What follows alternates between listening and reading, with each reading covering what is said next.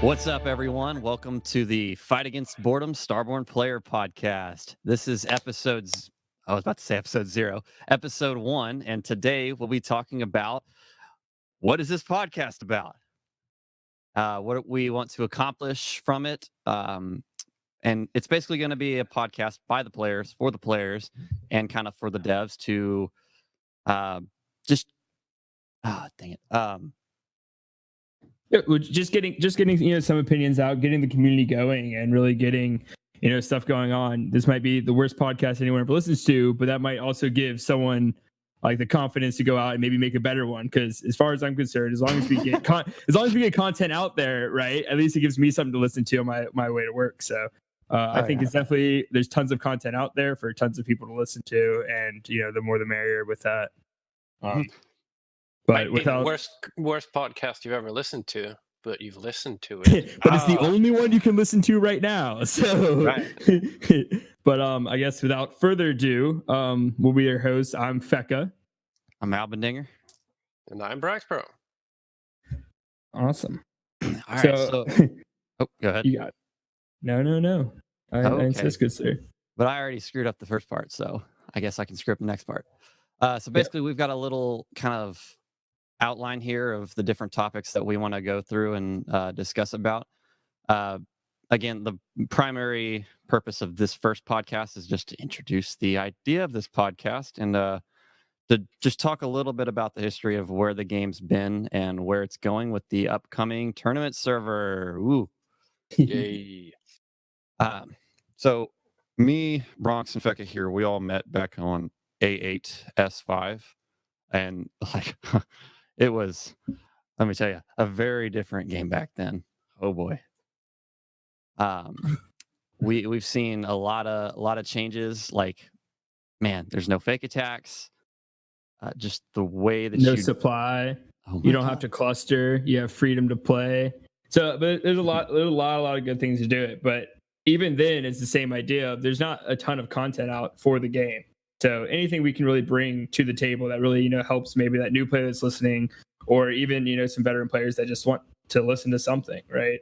I think there's a lot of stuff alongside, in this area. And so as this podcast goes on, we'll probably dive into very specific topics and then some very overarching topics. And we'll just see how it develops and hopefully just be a helpful resource for the community to come to learn a little bit more about the game. I mean, we'll probably try to be objective, but at some point our subjective views are going to blend into the whole thing as well.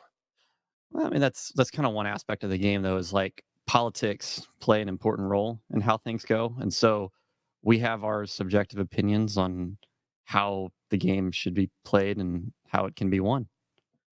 And from server to server, we'll sometimes make enemies, and hopefully most of the time we'd have friends. So we'll try to be objective. Turn old enemies into friends as well. That's the best thing you can do. And ideally, too, we'll be able to keep up, hopefully, as servers release. And even if we're not playing in, then maybe we can, make some things off to the side and kind of talk about things we're seeing through the sectors. And maybe, we're talking about potentially having guests in the future. And really, this can also serve as a little bit more of a guide to like the history of some of these servers and things that go on. And, what do we know about this guy? Well, maybe one time you heard about him on a podcast, or maybe that leader was one time on here, and you can kind of learn about them because once again, it's hard to really know anything about one particular leader or another, or what's actually going on. Maybe give you a little bit more of a eyes on servers you can't be on, because there's also no spectator mode. So it's, I have no clue currently what's going on in server 9 unless, I'm talking to one of our friends in Onyx, or we go to different stuff. So that's also something really cool from our point of view that maybe we can get in. And this will give us a little bit more,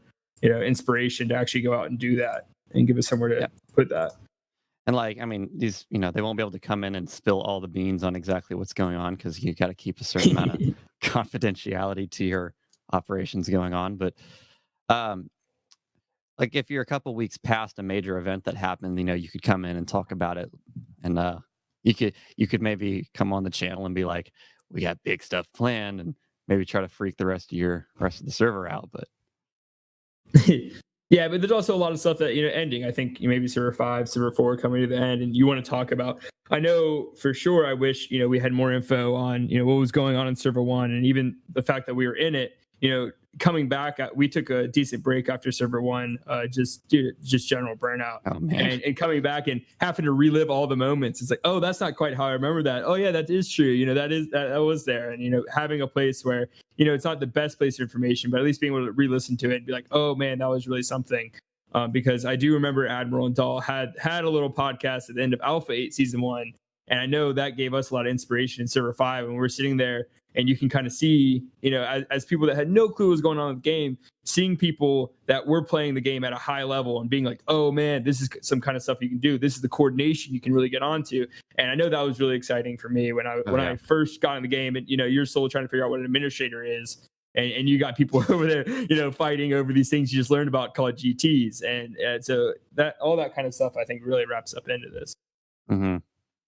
It's also we've been thinking about this for quite some time. Community is a big aspect of the game, and big. what keeps me playing at least. And yeah, I wouldn't contributing to that is just like paying back to the community and to the game for all the hours of enjoyment that I've gotten from it. Oh yeah. I mean, I wouldn't be back here playing if it weren't for you two sitting in this podcast. Oh, absolutely. And maybe I'm even hoping this kind of encourages other people to make more communities on top of that, and really giving some identity to alliances instead of jumping around. I know other people like it more to jump in a new server, and there's something cool about getting a fresh start. But playing with the same people, really learning about them, knowing who you can rely on, and building bonds over just in our group right here between the three of us. I'm from like Virginia, DC area. I was over in Texas, and we got Branks from Sweden, like three people that never meet ever, right? And you come together, and it's almost every night. We're already doing this anyways, is another big reason for wanting to do the podcast. It's like, man, just about every night we're spending like 3+ hours just on chat, just hanging out and just talking about the game. Plenty of memory. Oh yeah, and now we have this a decent amount of guys that like to jump on and do it with us. So it's awesome, and it has been a really cool experience. A lot of those guys are here listening in on the podcast right now, sitting in the channel. It's something that you hear every now and then from the people that joined us over time. Something that keeps them around is the fact that we talk a lot and just hang out and have a good time. And that's part of community, and I think that's part of what makes us so strong, and part of what other people could use to improve their communities. Just communication in general, right? Mm-hmm. Oh yeah, which makes it also pretty hard because I see the game tilting more and more to this natural want for pre-mades, right? I know that's like one of the really hot topics, but and people view pre-mades as very evil, and like, oh man, they're just grouping up because they want to win the game so badly that they can't stand joining up with some new people. But literally once you get on, you start hanging out with these people and they're your legitimate friends, and it's like, man, like, yeah, we will play against people occasionally, right? But I think it's a natural progression in the game. And yeah, in any multiplayer game, I think pre-mades are inevitable to some degree. Yeah. Like you find players that you enjoy playing with, and you want to play more with them. And so even if you play something like Counter-Strike, you drop in as like 2 or 3 people that know each other, you're on voice comms, that's pre-made. It's just how online gaming is. And so we kind of glossed over it a little bit. Like we all met through A8S5, but we also all played with Admiral on A9S1 in the Singularity group. Specifically, we were Gravity. So most of the guys that we play with now that we're such good friends with are Gravity teammates from that point in time. And like y'all were just saying, it's because we all mesh, and it makes the game a lot funner. I think it's also one part is that no one of us has made himself like the almighty emperor that just tells everybody else what to do. We just all vibe with each other and listen to each other and share experience and views, and then we come to an agreement kind of as a group. Oh nice yeah, name, Kevin. Well, and I would like to make that like super clear that like I absolutely I think Branx probably does the most for the alliance, where it says like when you see when you see the stuff is like I'm on that intro thing, but honestly, it's like 6 or 7 people that make up the leadership for Gravity, and that actually end up making decisions. And there is really no one core, but that's also when we talk about getting. Some people talk, and there's some reasonable arguments for like getting rid of pre-mates, especially like in random matches and stuff. But it's very hard to like. I couldn't just go join a random server and leave that server because I am completely incapable. Right? We all have different we have different roles, and you could at some point, but I don't know how certain people are able to do that and avoid burnout by any means, because it's like to be able to control every part of the game, right, is such a massive game. And that's the reason I think we're going to be able to have a successful podcast from it, because like there's just so many different areas. And it's like even playing the game, even people that you meet that have played the game since like Alpha 7, yeah, the game changes a lot, but you see these people like they're still asking questions, right? And they're still trying to learn, and they're still like, oh, that's how that aspect works. Because like, even though you played 3 servers before, you still aren't 100% familiar with the complexity of, certain parts of the game. So there's just so much to do. There's a server timer. Oh, you can drag your queues around and you can reorganize your queue. Yeah, and that's just like late night drunk conversations where you're like, oh, I almost forgot to do that. And someone's like, wait, what? It's like, you haven't been doing math for server time the whole time? Yeah, and so that kind of stuff's funny too. Like you get that kind of stuff. Yeah, and especially with no tutorial being in the game and stuff like that. Cool tips. Yeah, we have several Discord pages of like, all right, here's just stupid stuff. It's okay. Like it truly is no stupid questions, because it's like crap. Like, and that's something you can change. And even between server 1 and server 10, I think several things were changed that are just off just a little bit enough to not fully realize that it may have been changed.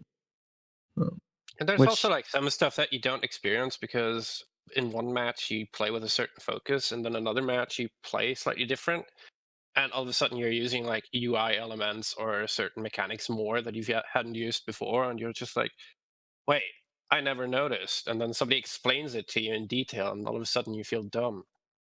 Oh yeah, absolutely. All the time, man.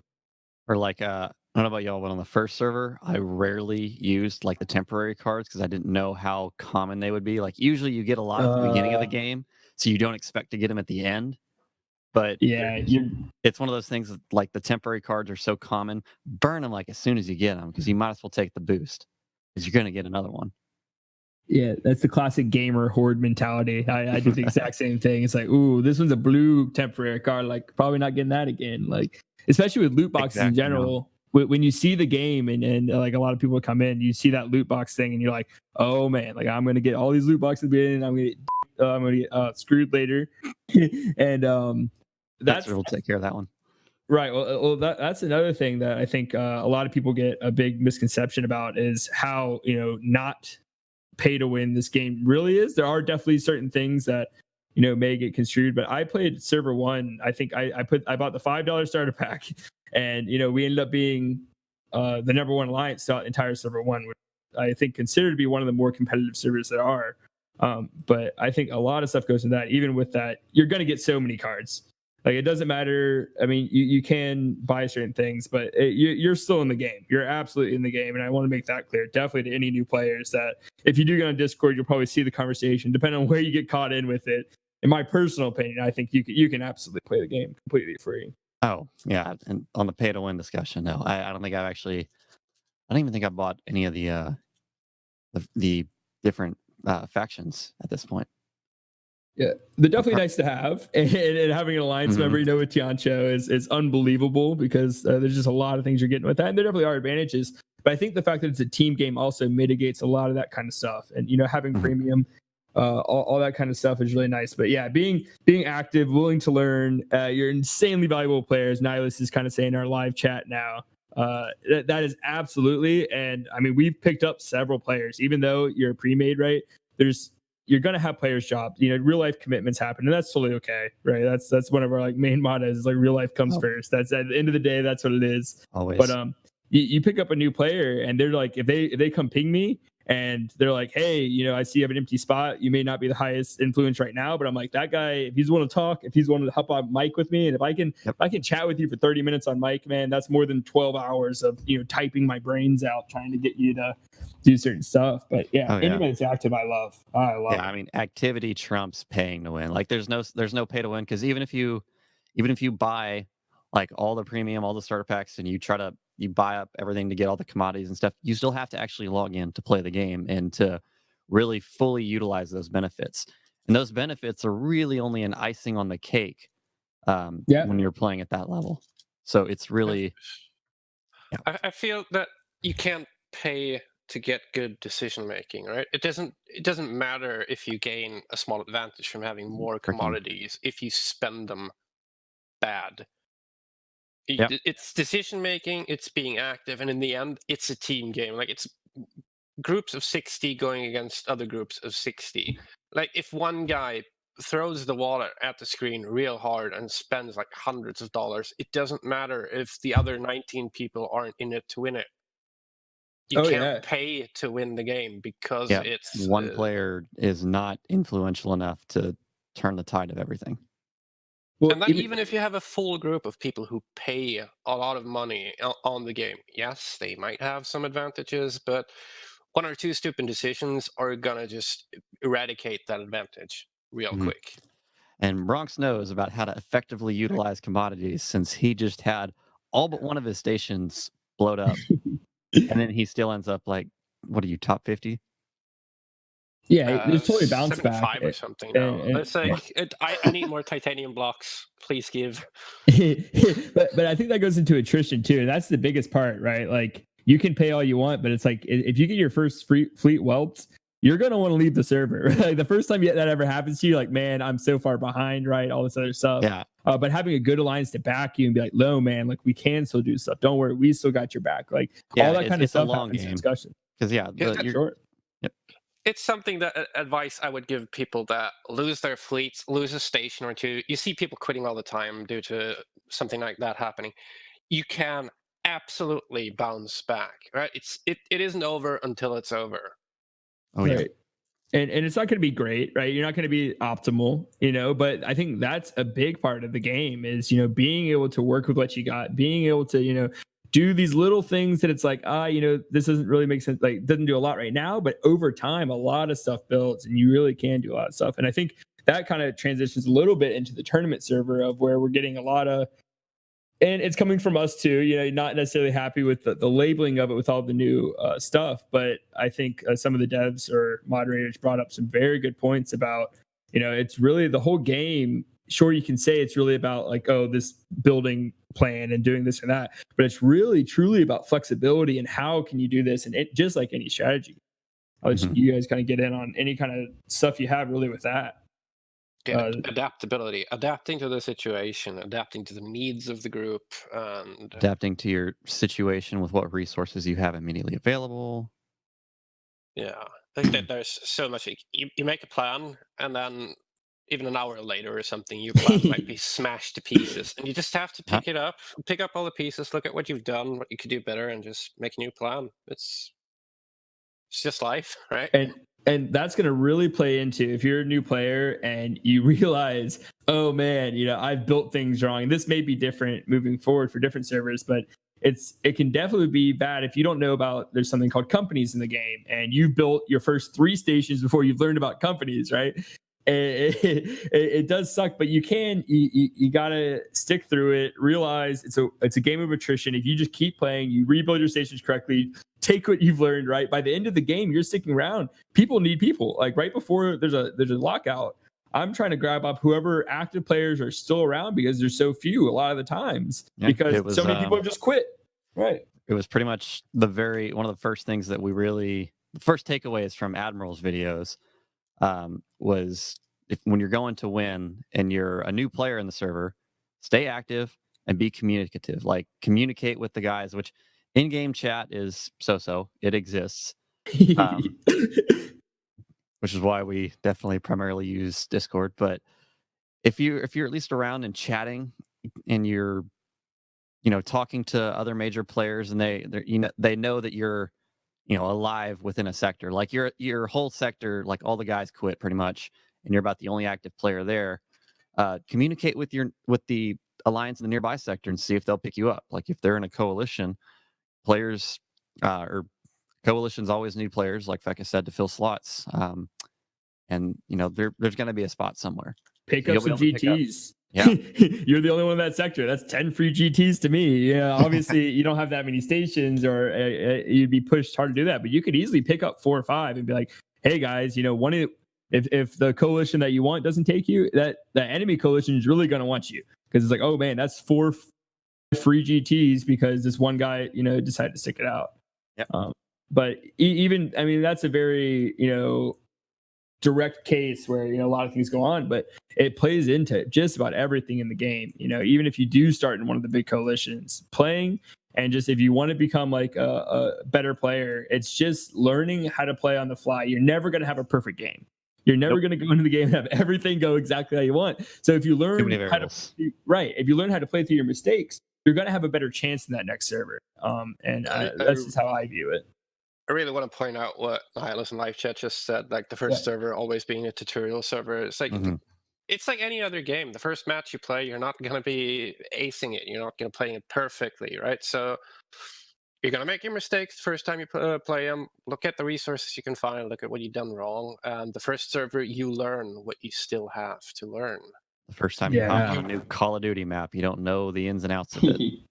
You don't know the map. You don't know how the grenade flies. Like, you just have to learn from your mistakes, and then the second time around, you've got a better start. You get a somewhat better understanding, and from there you can grow. And that's what's really interesting to me in games. It's just like growing and getting better, having that progress, and manage to find some dudes that you can learn together with. Yeah. Well, sticking it out and becoming a player that gets picked up in the end, you might find a team that you end up sticking with, like we did, and going the long haul with. Yeah. And also with a lot of those games, you're mentioning Call of Duty on that, but like, it's a 10-15 minute round, where this is a 2-month round. Yeah, if you make a mistake early in that, something might add up, but like you'll get the new round. In 2 months, if you make one small mistake, you'll get in your head, right? You'll be like, man, that is the biggest mistake anyone's ever made, right? Or like, I didn't do this correctly or completely optimally. In 2 months, dude, so much of that's thrown out the window. So much of it is like, is he still here? Does someone here to give me their sword? Give me your shield, right? Like, that's all we need. And but yeah, I think most games that most people play don't last this long. I mean, it's a very long game. You'd be far-fetched to find games that, some games go on forever, and that's cool.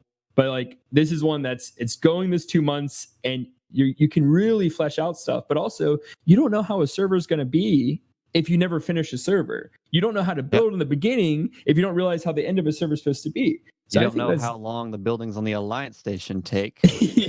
Speaking back to one of my first experiences. And it gets finished quick, and your whole plan of taking down the big dog fails, and betrayal, and then I died. It makes for a great game. Oh, it does. Great stories. Yeah. I mean, the first time I told some of my friends about this game and how long a match lasts, they just called me outright crazy, right? I think you kind of have to be a little bit, right, to realize, like, all right, man, the next 2 months, kind of into this game, right? Like, this is like, you can't just like, fall asleep for 24 hours and forget about this, or do something. Even when I'm doing other stuff, I'm like desperately trying to log on. Like, all right, just give me, get some queues going. Got to make sure your ship queues are up. Yep. The ship queues special. You got 12 hours, no excuse to have those ship queues go down, even if you're a free player. That's the biggest thing. But I mean, like, in the end, you shouldn't let the game take over your life. Like, real life comes first. And if for some reason you can't get on for 24 hours or even longer than that, again, you can come back. It's not absolutely. That doesn't end your career in that server. There are ways that you can contribute to your alliance, even if you're behind. Oh, absolutely. I completely agree with that. But what you said about the queues, like, that's one of the things that I feel like can stress a lot of people. That you have the feeling that you have to constantly do maintenance on the game. You got to get back online, get those queues filled up again because you're losing time. Yeah. That's something that I think should change a bit, like extending the queues. making them longer, so that instead of feeling that we have to log on to play, it more like becomes that we want to log on and play because we're hyped to do it. Yeah. Which I think they are extending them for the tournament server, I believe, based on the I think users the and- building queues, but Yeah. once again, I think it's going to be about. I mean, obviously, we're just have speculation, but about 12 hours each. But that's honestly, you can log on in the morning and the evening. But I think more what Branks was getting into is like you don't want to be like out like going to a movie with your friends or going hanging out and being stressed about your Starborne life. We definitely have like a real life, like we said before, real life comes first, and like. And I understand too, right? If you're in the Alliance and you're like, hey man, I'm gone for the weekend. And this happens a lot, right? It's a 2-month server. At least one of the weekends, every player is going to be gone at some point. But it's getting back to what we were saying earlier, is like communicating and being like, hey man, I'm going to be gone. To let me know, let me make sure I go probe your station or make sure you got stuff's going on. And we're all watching to make sure you're not going to get attacked. So you don't have to worry about it on your mini vacation or whatever else you're doing. And that's one of the things that I don't mind actually paying for with this game, the quality of life, paying for longer queues, because it doesn't give me an advantage over another player, right? If the other player just logs on more and keeps the queues going, I haven't gained anything. I just pay for the quality of life of not having to do it as much. Absolutely, man. The amount of time I put into playing this game, if I want to put that amount of time into other games, I have to dish out some money to buy the games. So I feel pretty good about giving some money to the company for this game because it gives me so much For sure, enjoyment. Zerg also said the best way to play it till the end. Basically, he says if you're spending too much time on it, it gets unhealthy, and that's absolutely true. And then you're going to burn out. I mean, but most of the time, burnout is at the end of the server, right? Okay, we finally finished it. I've now realized how much time I put in. But if you're trying to be the best player of the server for that first week, congrats, you made it to number 1, but you quit the game by week 2 because you're so stressed out about being number 1. So you got to set realistic goals. And I think that's a big thing. And then just touching back on what Brank said about, paying for, these quality of life changes or stuff like that. I am a huge fan of that, because if you have all day, right? If I was in college, if I was back in college still, I could do all this stuff, right? And if someone paid a bunch of money to, have extended queues or to do this kind of other stuff that are really like, and everyone always knows about artwork and design and stuff like that, but I'm so for quality of life stuff and putting in your money in the game, because I obviously want to support the game. Everybody wants to support the game, especially because it's an alpha. But giving back to that kind of stuff, but you're not going to beat me because you got extended queues, right? Especially if I got all day, you know what I mean? There's just one thing in the shop that I would consider to be out of line when it comes to stuff that you can buy, and that is the Tian Chao faction. It offers you a unique gameplay mechanic that somebody that isn't paying for that faction can't get their hands on. And that's, to me, really the only thing. The other things are either so minor or just quality of life that I wouldn't consider them pay to win. But some people argue that there is pay to win. And I feel that whenever there's a debate about is it pay to win or is it not, and there are arguments for both sides, then you've found the sweet spot. And that's where you want to be, right? Pay to sleep. We often call it pay to sleep, right? But if you've overdone it and people are all agreeing that it's pay to win, it is. You've done too much. If people are agreeing, no, this game isn't pay to win, you could do more, right? And you got to monetize your game. You got to keep the servers going. But if you're on that sweet line where there's a debate and both sides have some arguments to them, you found a sweet spot. That's where you want to be. And this game kind of is there, but we're seeing like a trend of where they want to change the model a bit, move away from some of the in-game advantages that you can get, more to quality of life, more to account features, more to graphics. Like what we got now is portraits and backgrounds with explosion graphics. I didn't see that one coming. The claim markers that are coming, those look awesome, and there's probably a lot more stuff coming. I'm excited to see it. I always like to look cool. Of course. And as they get a bigger team, they'll also get a bigger art team too, right? Especially when you're an alpha, you got to kind of hold your breath and wait a little bit. And I think that's like some of the more pay to win ish stuff. I think that's definitely what I've done, at least. Like, kind of turn your nose to it. It's alpha. They're trying to figure it out. It's there. We're doing our job by, being mad about it or whatever. And when you said Tian Chao, I was actually going to joke, trying to jump in front of you and say Tian Chao, and you actually said it. So I thought it was going to be the commodities on premium or or one of the other ones. Some people say the ship extenders, just because of that one card that lets you take away from your ship queue time, but it's only based on the one. But I love where they're going with the tournament server, with just having premium, making an even playing field. Have the premium or not. I personally think I like the idea of just doing premium, but I understand you got to get the free play players in there, give them a chance. But it levels the playing field so much. I'm no longer playing an uphill battle, which is how I kind of view it when I play a normal server. I go in and I'm like, I'm not going to spend any money, just because I'm not huge on the commodity thing. I know it's unbelievably nice, but I don't love, especially when you lose them all with the station. Or maybe if you just want to play one play around round where you're not taking it too seriously and it's just not in the budget for that month. I feel like I'm playing an uphill battle, which is fine. It's a strategy game, but I'm playing with guys that are also doing it. I'm lucky enough to play with guys that are doing that kind of stuff. But I love where they're going with the tournament. I've loved pretty much any update I've seen for the tournament. I know there's a lot of backlash on that, but I've been overall happy. Yeah, changes always get me hyped, and I get the debate that people are having. And in the beginning, I was part of that camp where he said it's going to be a tournament. I was expecting that it's going to be the most stable version of Alpha 9. We can leverage our experience and just duke it out, right? The top dogs against the top dogs. But the more they talked about it, the more I realized that all the changes, all the fresh start means an even more level playing field. Like, everybody has to adapt to the new stuff that's coming.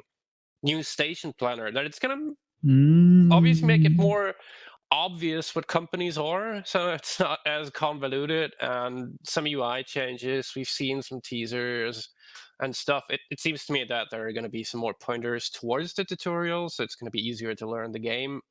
I think it's moving in the right direction, and I think we can still compete with each other tournament style, because there's going to be rewards for everyone. You just log on, you start playing, you get a reward. You survive till the end, you get a reward. And then obviously, if you're in the winning coalitions, you get more rewards. But everybody that's participating is going to get a reward.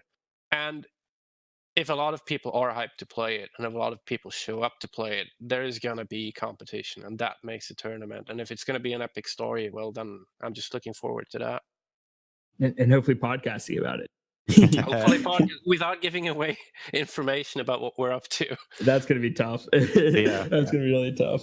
I mean, previously, in the weeks leading up to the tournament server, we're probably going to talk about some of the stuff that's getting teased, some of the stuff that we're theory crafting, and the super testers are going to talk about what they see on the test server, which is just going to be the stuff that's getting announced. But we're going to talk about what we think is going to be possible, and some starting strategies that we're planning that some people could also use that are going to be opposing us. Like, it's going to be really exciting. I'm looking forward to it. Oh yeah, and I think one cool thing about Starborne too is, at least from my personal opinion, there's never just one strategy for the most part. Pretty much everywhere I've seen, it's not like, okay, we're going to say our strategy and then everyone's going to use it and then we lose, right? No, for the most part in Starborne, all right, there's this strategy, but there's also this counter strategy. And oh man, if they use this, then what are you going to do here? And once again, I think you're always going to get back to that. You got to be adaptable, right? So that's why I'm not afraid of saying, a lot of the stuff we're thinking or we're doing, because if you try to counter that, we'll do something else, right? Or we'll go this different way. And I think the game does a great job of, going around that kind of stuff. Ninja missile batteries. Yeah. I'm not afraid of sharing knowledge with people that play against me in a certain match. I mean, I've got my stations bombed away, on server 10 here. And as that was happening, at first I was ninjaing some gunships and making them lose stuff. But once that happened, the guys that were bombing me learned from their mistakes, and you could just see them improving and getting better. And while it was annoying getting my stations blown up, it was interesting to see them become better players. And if the community as a whole becomes more skilled, then the whole meta will evolve, and together we'll discover more stuff that we can do in a game. I think it's never anything that you should be afraid of, that people you're playing against can become good. That just makes the game more exciting. Well, it makes it more exciting, and you learn more when you play against good opponents, right? If now that you've taught this guy, this guy has now learned from you to bomb better, make sure the sabotage is second floor. Now you're practicing as well. How do I go against a good bomber? Someone that's really paying attention. What can I do? And I think I faced that in server 10 actually with Cismero, man. I believe his name was. He was fantastic. He was on me. He knocked out all my scouts overnight when I was sleeping. I woke up. I was supposed to be teaching a class, and I was like on my computer, like bouncing back and forth. And he was the 1 second before, and you send your indies at the same time as a assault to repair your missile batteries, and it's a 50-50 chance, straight up. And you just get lucky or you don't, and there's pretty much nothing you can do if the guy's active. And he's sending. Well, you could chain Sabo, and he tried, and you're knocking your cards off to make your indies slower, to send them way before the sabotage hits, to repair stuff like that. But it was unbelievably fun. He was a fantastic player, and I learned a lot. And I learned, I had a bunch of theories about how I was going to do this, and I think I had a pretty decent setup. But even from that, I learned so much, and it was so cool. And we kind of went back and forth. After he kind of, at one point, I got really, really lucky. Morbidity came in with this huge hammer, like this huge scout hammer, and kind of solidified my missile batteries. And at that point he said, I'm kind of going to quit the server. But we had an awesome exchange afterwards, and we can respect the other person, like, oh man, way to go, that was awesome, you got me here, I got you there. And I think that's awesome, and I want to see that more from the community too, right? Just because you're my enemy doesn't mean like I eternally hate you, right? You can respect them as well. Yeah, because we're just opponents for this server, right? And sure, we can spin the narrative and call them like the big red horde, or like the evil guys, big bad pre-made. But in the end, we're trying to play a game together or against each other and just have fun. And that reminds me of the times we had on the official Starborne Discord, cheering with Sorka as we fought them. And that was good to me, that we could respect each other for the good fight. And then we won, they lost, but I had a feeling that they learned, they had a good time, and there was respect for each other there. That's important to me, because a few months later you might be playing on a server, and then the guy that previously was an opposing team now plays together with you. That's always cool. Like, old enemies can become new friends, and that can lead to you playing more and more matches together. Right. And it's more enjoyable to come back to the next server. You're not like, oh man, I have to deal with these like guys I really don't like, blah, blah, blah. Like we go into every server, and I thoroughly enjoy it. Anytime I can get anybody on voice, I'm like, hey man, because I do a lot of the politics for us, and I get to go talk to these guys, and I just literally, I love it, like meeting these people, and it's always a cool guy, right? No one's sitting there like with a hood on at their desk, like evil, like scheming, like, oh, I hate these guys. Oh, you right? don't? Like, yeah, I hope so. But at least the people I've talked to, right? You talk to them, and they have the exact same goal as you, right? They want to have fun. They probably want to win. They want to be competitive, and it's just been awesome, man. I've liked the community so much. See, this is Feca's valid excuse for why he's not always like super high in influence. It's a lot better than my excuse, which I don't have any. I just because I've been too busy doing politics to do my cues, too casual for that. So yeah, or to optimize your mining facility placement versus where the other things are going to go. Yeah. Al, you've been too busy on the Google Sheets staring at the server clock and the ETA times of movements for hours on end. Yeah. It was painful. Yeah. But that's a passion thing too, right? I think that draws out a lot of like Starborne. I think a lot of us, really get into the game, and I think that's what's cool about. I know there's negatives and positives in super testers, but at least the positive for us is we love to get in there. We love to crack the numbers, and we like to show it back to the developers and be like, I think Al did a giant write up. I don't know if you ever sent it or not, but on how this may or may not be a problem with the game. So I handed it off to Muse, and I don't know if that ever got up the chain. Yeah, but regardless, it's a lot of passion to put in the game, right? We're spending this much time on the game too. We want to see it succeed, and that's honestly our personal goal with the game, is just to see this thing make it to beta, and then not only make it to beta, but actually be there for like the real launch. So we're very excited, very optimistic people for sure, and that may not be all the way around, but I think you need a little bit of everybody anyways. And then our feedback gets heard, right? I remember at one point when the changes were made to the station cards, where they proposed that you could stack the effects, which allowed us to do a lot of crazy things, but that would have also meant that you would have been able to stack the cards that increase your operating limit. And the highest you can get it right now is like 60, I believe.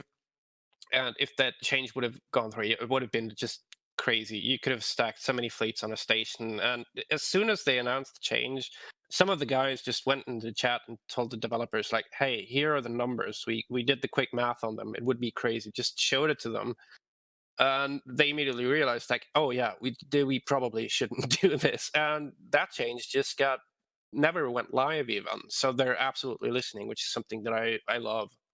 They're as hyped about change and making this game more enjoyable as we are to have that product be in our hands. There's a lot of passion. Good on you, Solid Clouds. Good on.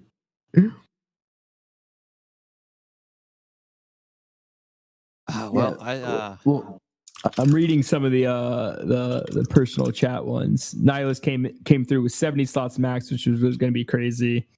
We avoided the duplicate fleet slot on stations. Yeah. Even duplicating ships in general, that was actually a problem in S1 that this is another reason, there's the admirals. A lot of people call the admirals team, but it's honestly, Admiral's a cool guy. I liked him. We joined up with him, right? And I do like to be under that, but it's a big stereotype. But one of the cool things about it was, Admiral mentioned to me when he finally solved how potential duplicating was happening, he was able to get a hold of whoever he needed to get a hold of and be like, hey guys, this needs to be fixed. You can't just duplicate your ships. Like that's just not a part of the game. So poor CEO.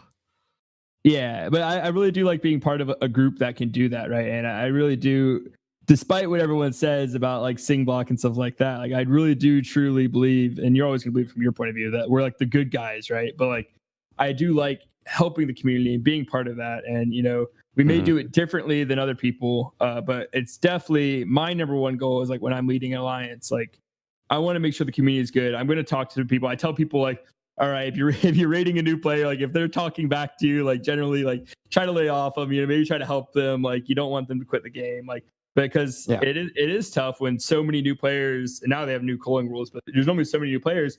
They look AFK, right? It's like, okay, go hit them. That's tough. That's the whole thing.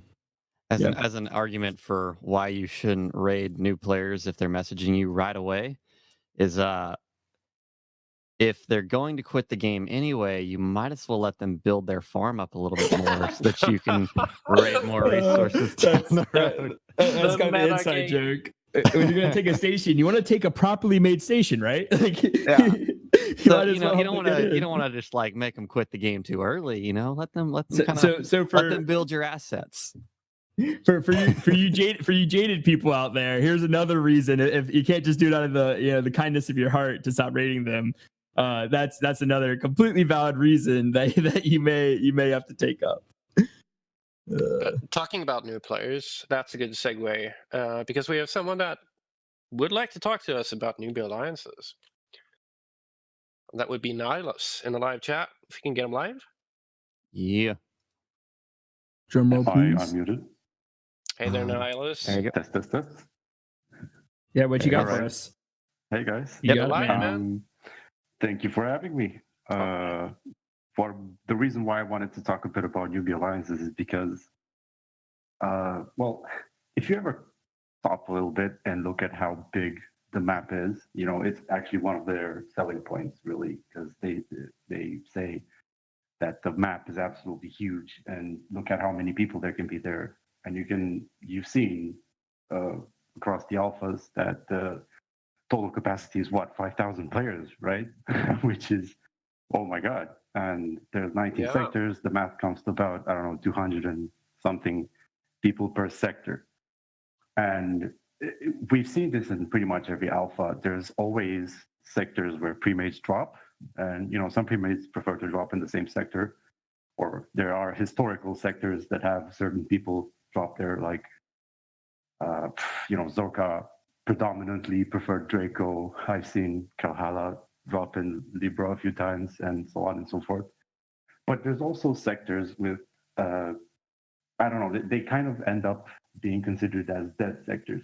And if you're a new player, right, and maybe you're the type of player that's a bit more ambitious, or you have galactic ambitions, or you just wanna play a little bit more than just play and log in and do your queues and all that. It's kind of weird just how starved new players are for a leadership figure, or for somebody who devours and learns information quickly, because you can be a newbie leader. That's totally fine. That's something that has happened multiple times in the past and will happen, and is happening right now. Right now, there's an alliance out there which has been created by a new player who has just said, screw it, I'm taking the reins, I'm gonna see what happens. And you should never feel discouraged when you look at all the other alliances and you can see, oh my god, they have 50,000 more influence than I do. Their alliance has 50,000 more influence than my alliance, and their alliance has 20 GTs and mine has 5 or whatever. You should never feel discouraged about that, because you always carry weight if you just do your best, if you mentor your players, if you're there for them, if you answer questions, and if you apply. You don't have to make super hardcore, insane plays. Just the basics work and can get your alliance a spot in a coalition, and you could have a chance, right? It's really not super rocket science to play at a baseline level for an alliance, right? So I just wanted to say, for all the newbie alliances or all the people that could be looking at the game and thinking, well, I really need to be in a group of players that know what to do, because otherwise I don't get to do anything. It's not really true. And I kind of speak from experience, because the first server I played on was Alpha 8 Server 1, which was a fairly intimidating server. That's where Admiral dropped in. That's where a bunch of the developers dropped in. And they were dead set on fighting each other. And our alliance just kind of dropped. Well, I mean, we didn't drop because nobody knew each other, and our confederacy was the third player there. On the galactic stage, there were 2 confederacies, and then there was ours. And we absolutely tipped the balance, because if we hadn't been there, Singh would have likely won the game. But because we sided with the other alliance coalition, then we kind of tipped the balance in that favor. So whatever you decide, or whatever fears you might have, you should always give it a go. Just try. Just take the reins, see what happens. It's not impossible. Yeah. And I mean, look at that. Back then, you fought against Singh, and now you're considered to be part of the Singh bloc. Well, yeah, old enemies, new friends. Opponents at one time, and then friends on another. Yeah, I absolutely, like, I would love to go just kind of stick on that newbie thing for a while. That was an awesome plug for any kind of new players out there. You absolutely do matter, right? There's so many cogs to every machine, and even in one alliance, like, you can't do you can't put everything in your back. It's such a team game, and you're gonna be needed. Even if you pick up like 5 players, right, in your sector, there's only 5 you like that are playing it all in the sector, right? You make your small alliance, you start building ships, you start doing what you can, maybe pick up a few people, start learning the game. Even if you don't win that game, and you might probably play like Naya said, there's a good chance you actually end up playing a lot in that server. Even if you don't win that, you have those core guys, or even a few of them, to go to the next server, start something, say, hey guys, we've finished a server, we have experience at least on some level, right? We make a lot of times you can come in third, you can come in second easily at a lot of servers where there's just not a lot going on, because so many people get so intimidated and they want to jump. It's been 1 week and a new server's coming out, and I wasn't optimal, and I forgot about this one card that just wasn't on the whole time, and my CH hasn't been going, so I'm not gonna have any credits this game. Like, all that stuff, it really is overwhelming. There's so many overwhelming things about this, but for the new players, just stick through it, man. We'll probably say it so many times throughout this podcast, but that's it. Thinking back to based on what Nyla said there, with like new players wanting to take the reins, thinking back to my first server that we played back in S5 and just how that went down. I remember my first few days in game.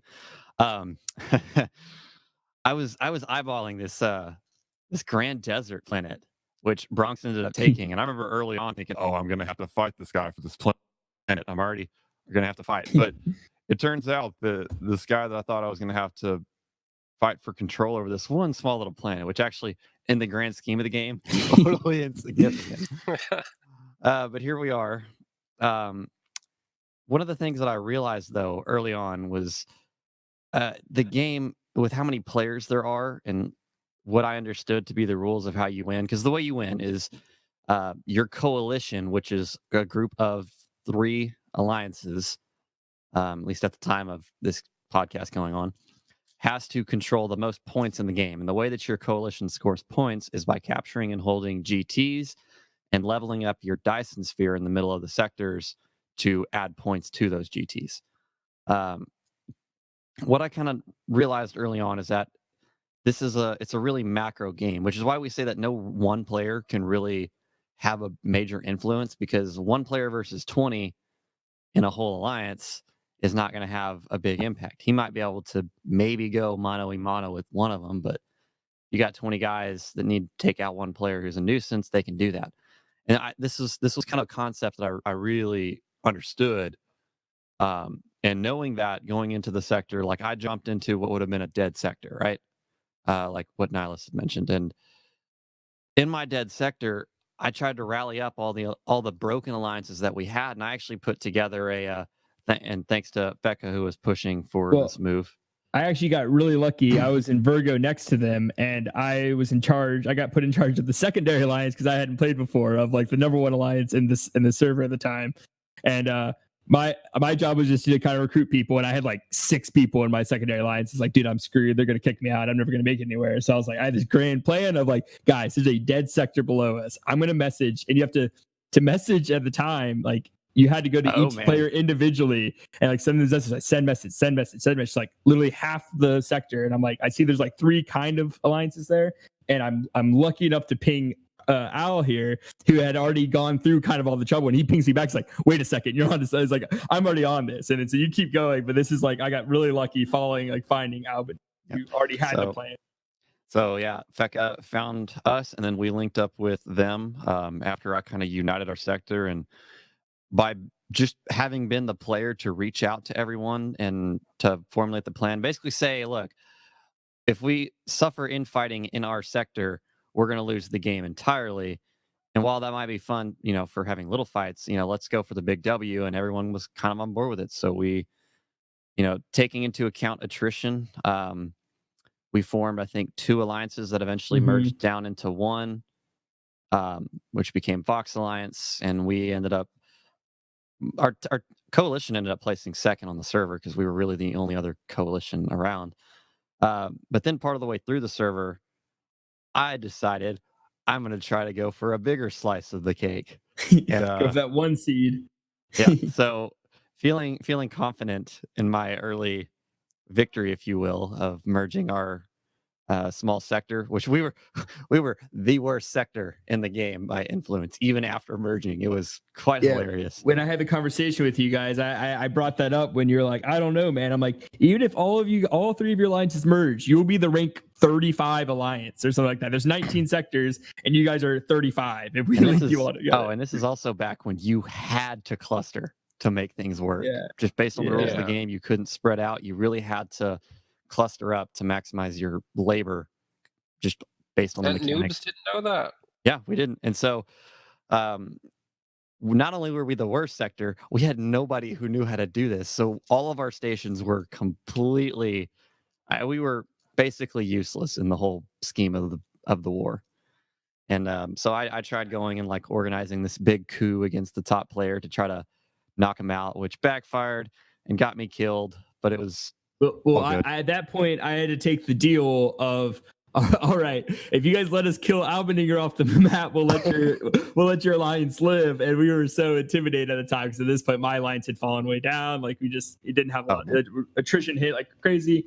But the cool thing about it was the Vulpecchia alliance that was ranked like 35, like 2 weeks in, by a month and a half through just pure asking questions, saying, hey, how does this work? And kind of spreading the information amongst themselves, ended up being a top 10 alliance. And they were actually a really predominant alliance by the end of the game, because if you just keep pushing and if you're that guy in the sector that, I don't know what to do or blah, blah, blah. No one knows what to do, right? Why not you? Like, go ahead, just maybe start that alliance that nobody's doing, or, talk to. Another thing people don't really realize is there's so many diplomatic options. If you have your little small alliance and you see another little small alliance, talk to them about a potential merge. If you can't figure out a merge, say, hey, let's just work together. Let's make sure we're constantly staying in communication, because if big boy sector next to me decides to come in and take our GTs, which they will if you're next to someone that's bigger, you want to make sure you guys have that that kind of bond, so someone doesn't come into the sector and try to work out some other kind of deal. All that stuff is huge for a new player. There's tons of things, and I think a lot of people talk about. There's a lot of theory crafting about, like, what if we just made the game also work for smaller players? And sure, that's one solution. But I think one of the bigger solutions in that it's just something I personally like about the game is going out and meeting your neighbors. Get those 20 people together. 20 is not a huge number. And getting to know them and forming a bond throughout several servers, like this warrior bond of like, oh, remember that one time like Branx came in with like all of these like frigates or destroyers, like protected my station, and that's a cool story you're gonna live on and tell.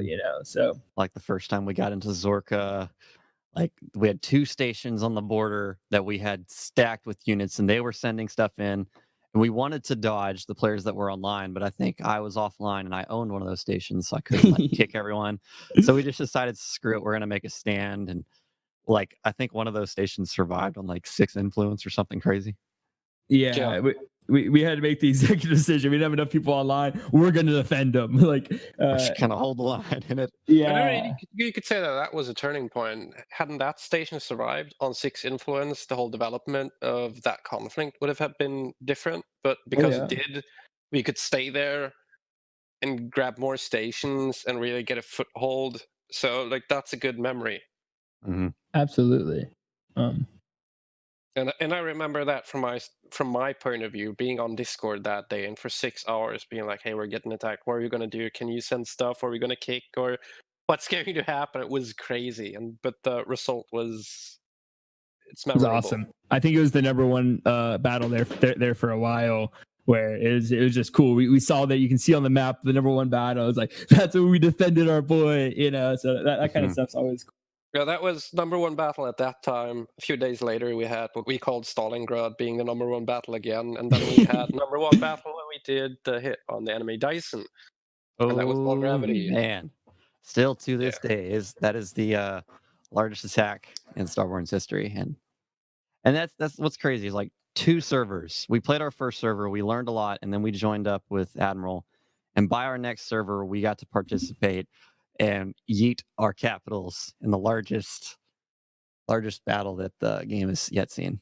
Yeah, and it was awesome because I remember Admiral kind of talking to me. He's like, all right, one alliance has to go first and you're going to lose. We're only attacking with capitals. So we build up capitals the whole time and one alliance has to do it. And like, I was kind of like, okay, maybe like, yeah, I'm okay. And he just kind of made it. And he was like, all right, gravity's going to go first. And I was like, I'm kind of feeling it, but I really hope the guys take it well, right? So I make up this like huge post because I'm worried that like they're gonna be like upset that we lose all the capitals, right? And like we're the number one alliance at the time. Yeah, and I post it and like the response was overwhelming support, and it was just like everyone in the alliance was so hyped, like, yeah, we get to go first and we get to be the guys that get the number one battle because we're gonna soften it so much the following battles aren't gonna be, they'll be number 2, 3, 4 obviously, but it was just so cool. And that's another thing I really loved about when we were Gravity and when we're gonna be Gravity again on when we play tournament servers and we're a pre-made, that's like our go-to alliance. But like the guys that play in it are just so awesome and so ready for the fight and so ready for the challenge of, all right, now let's bounce back from having no capitals. How are we going to do this? Nihilus says, shout out to Winged Hussars and the Cowboys who stood their ground and were the defenders in the biggest strike ever. Yep. Absolutely. Yeah. I mean, those Cowboys, man. Our first assault that went in was 40 capital fleets because I think the limit at the time was 40 fleets for the assault. It was 38 and 2. There's 2 destroyer fleets hidden in there because I think we just couldn't make the cut. Like, and it was just not everyone had to carry your fleets. So we had all of that versus their 60 fleets that were stacked full in that thing. And I mean, following ours, we also then had 3 more alliance assaults that then, which funny enough, we actually got all of our fleets back immediately. Everyone else had to wait for like the 3-day trip for their stuff to return. Yeah, that was our favorite part. If you get wiped, like, yeah, well, this is why we did it. Duh. Like, now we have our fleets back and we have labor. Like, now we can go fight Draco again. Like, we're still, yeah, that's the other part. We're still in the middle of a war, right, with Draco, and we're like, all right, all of our carriers are gone. We're still fighting Draco on this front. So yeah, it was just awesome. Like that part of the game is just. But absolute big shout out to Winged Tazars and Cowboys for taking it like a man, dude. They stood their ground and they changed their dice into plot armor, because like they're calling us the evil guys, and I thought it was awesome. It was like plot armor activated or something. So like this is the only way we'll win. And like, oh, that was cool, man. And then also everyone jumped in voice right after that too. Like the minute before the dice was about to hit. Obviously, it was a 2-day long attack that we sent out there, and we all hop in voice, us and the enemies, like at the time, and everyone's joking around and excited for it. And even though like it was pretty much impending doom, as long as we weren't sending fakes, which had been like a really crazy thing, but it was just so much camaraderie on both sides and being like, oh man, this is gonna be epic, like this is gonna be cool, right? So yeah, man, it's just awesome times. But yeah, so I think unless anyone else in the chat here has anything that they have to add, I think it's probably a good place to wrap up. Closing time, man. Mm-hmm. Yeah, but this is gonna be cool. And if with you guys, if you guys leave us any comments or try to talk to us, even like I'm afraid to say ping us in the official Discord, but like just like any please kind of please no, ping Nihilus for any comments you have on the on the video, any way you want to make it better. But we're definitely super open to like hearing what you guys think, even upcoming topics, stuff you guys want to hear about, anything you didn't like also. Yeah, we're totally down for it, and because we want to make this another awesome part of an awesome community, which we've enjoyed and we want to stick with. We'll probably be looking to do this about bi-monthly, every other week or so. Bi-weekly? No, because bi-weekly means twice a week. Like if you say biannually. Yeah, I am in the wrong. All of our sheets have said bi-weekly. So okay. I noticed that. I'll just let it fly. Yeah, if anyone actually got a hold of our outline, it's it's a mess. It's full of memery as we made it up. In the middle of the night, sleep deprived. Yeah. But yeah, if y'all got ideas for future topics, next week, I don't know, we'll figure out what we're gonna do. Maybe dive deeper into history. Maybe bring in someone from other servers or. There's bound to be more teasers. More about teasers. There's bound to be more teasers. Which we get so tournament at this point in time, probably tournament teasers. That's If you're hearing this, Snuggums, we need some good teasers. This will be your excuse to give us better teasers. Say we need hey, give us not some. That they haven't been good. Give us some exclusive teasers, like exclusive for the podcast. Maybe we can announce the teaser on the podcast. That'd be pretty hype. But who knows? Right. There's a lot of ways we can go with it, and I'm just like, any way we go with it, I'm excited, right? So. All right. Well, it can only get better from here. That's very true. Very true. Well, guys, thanks to y'all that sat in, and thanks for anyone listening afterwards. Make sure to again leave any comments or criticisms. Ping Nihilus, and hope you enjoyed it. Have a good one, guys. Have a good one. Bye, Craig. Bye, Craig.